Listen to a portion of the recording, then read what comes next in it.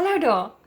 'n Groot probleem wat ek dikwels verneem van ouers is dat dit moeilik is vir ouers om die swakpunte en die leemtes in hulle kinders se wiskundige syllabus te identifiseer.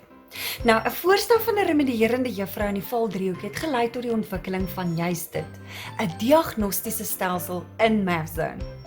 Jy weet 'n ketting is net so sterk soos sy swakste skakel en dit is ook van toepassing op jou kind se wiskundige syllabus.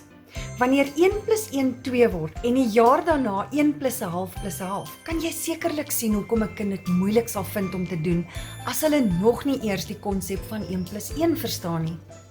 Nou met MathZone het ouers toegang tot 'n diagnostiese stelsel waar unieke toetse op gedeeltes van die syllabus toegepas kan word om juis te help om uitvalareas maklik te identifiseer. Jy kan self besluit hoeveel vrae per afdeling gevra moet word en hoeveel van die syllabuswerk ingesluit moet wees tydens hierdie toetsing.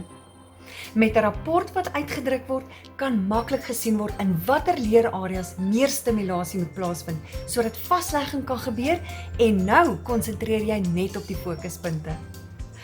MathZone maak dit maklik om te presteer in wiskunde. Maklik en eenvoudig uiteengesit en dit neem jou kind van punt A na punt B sodra hulle voor die rekenaar sit, kan die lekker leertyd begin. Step into the learning zone met MathZone.